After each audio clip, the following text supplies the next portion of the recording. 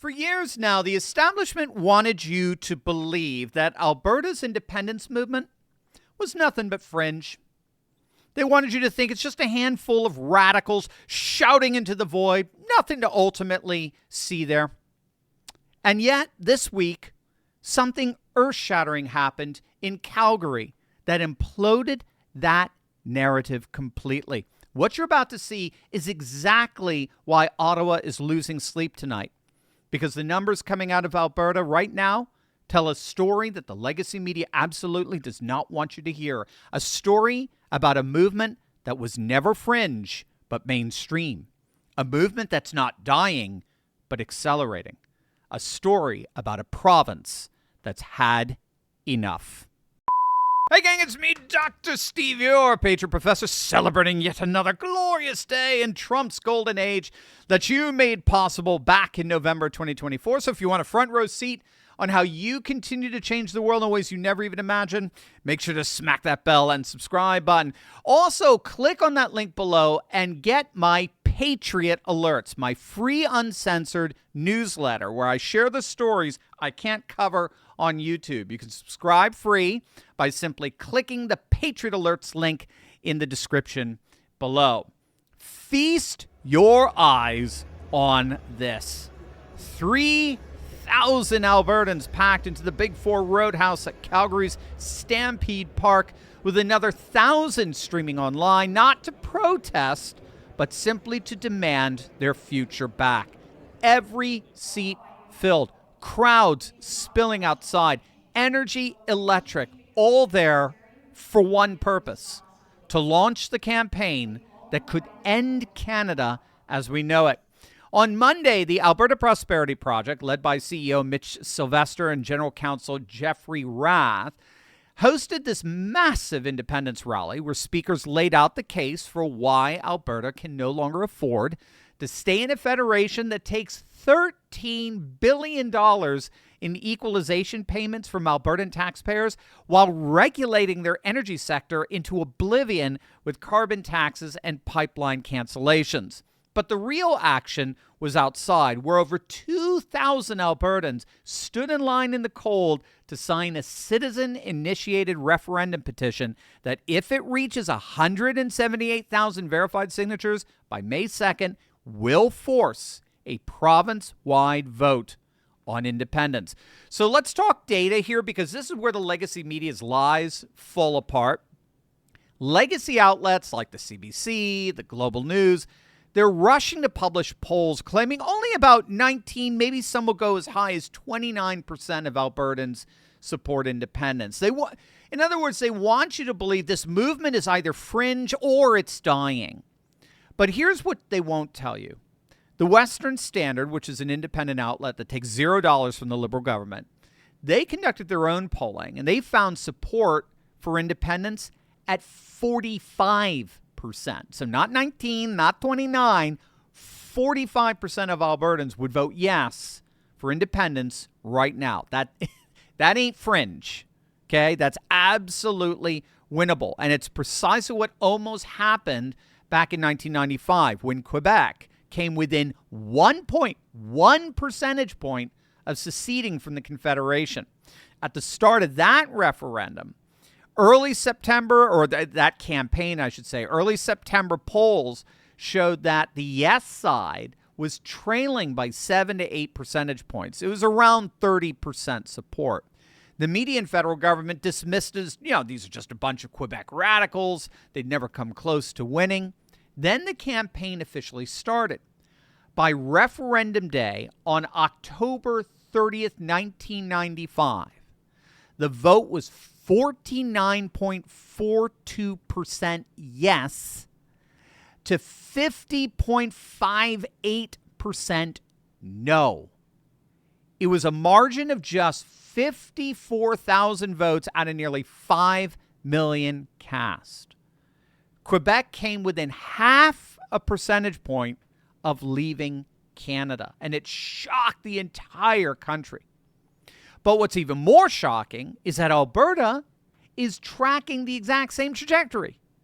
Government-backed media polls are trying to depress enthusiasm by claiming support has actually dropped from 35 or 37% a few months ago to now just under 30%. But then came those lines that stretched out all over the province, lines of Albertan residents fed up with the Liberal policies of Ottawa and signing their names to a petition that will force an independence referendum just like Quebec's. And here's the kicker.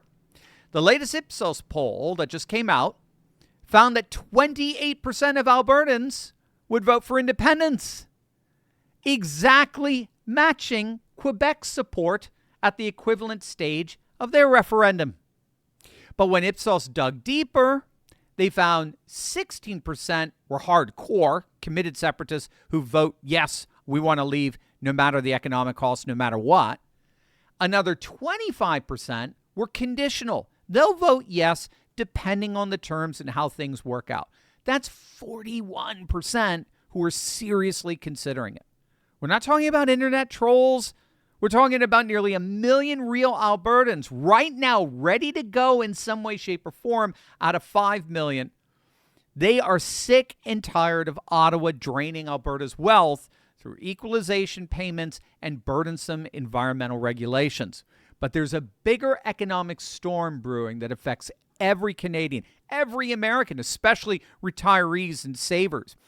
On December 1st, the Federal Reserve quietly stopped pulling money out of the system. Now, that sounds technical, but the real-world impact is already hitting your wallet. When money floods back in, prices rise fast, and you're already feeling it, right? Grocery bills are higher, travel costs are climbing, healthcare premiums keep jumping.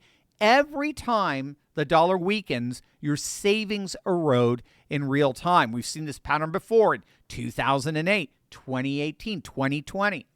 Those who moved early to protect their buying power came out ahead. Those who waited ended up chasing rising prices. Meanwhile, look at what the biggest players are doing. Central banks all over the world are buying up gold at record levels, positioning before inflation hits everyday life.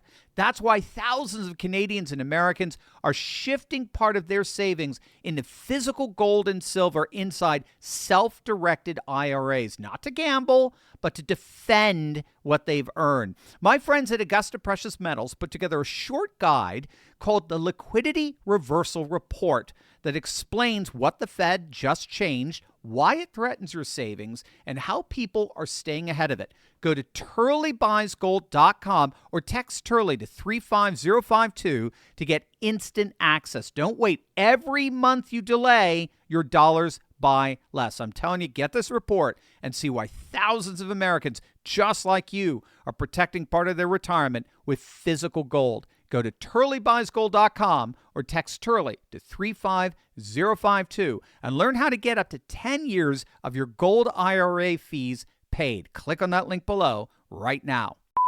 Now, if you thought that these polls were keeping the Carney administration up at night, check this one out. It's an online poll, but it's certainly not good news for Governor Carney, as Trump likes to call him. This poll asks, who would you prefer to lead Canada? Trump wins by almost 2-1, 62-38. Even Canadians are done with Carney. And that's similar to what an X poll showed when Carney was matched up with conservative leader Pierre Poilievre. Poilievre crushed him 68-32. Something does appear to be happening in Canada. There does seem to be a very significant populist-inspired backlash against the Carney government in both polls and provincial elections. Even Alberta's most famous country music star, Paul Brandt, he sparked a bit of a firestorm a few days back when he posted a photo on X showing himself walking down a highway with lyrics from his iconic 2004 song Alberta Bound superimposed, most particularly the line, "I've got independence in my veins," in bold letters. Now, when reporters pressed him on, hey, are you one of these supporters of independence? Brandt refused to answer directly. He said, you're not going to get a yes or a no from me. But he also acknowledged absolutely legitimate grievances that Albertans have with Ottawa.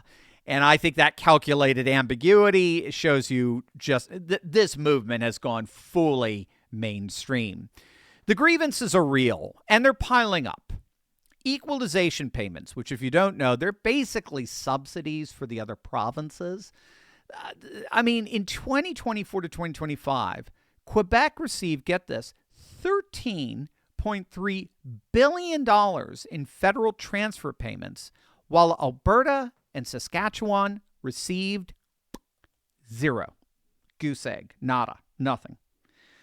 Albertans are funding the rest of Canada while Ottawa regulates their energy sector into the ground with carbon taxes, pipeline cancellations, and emission caps.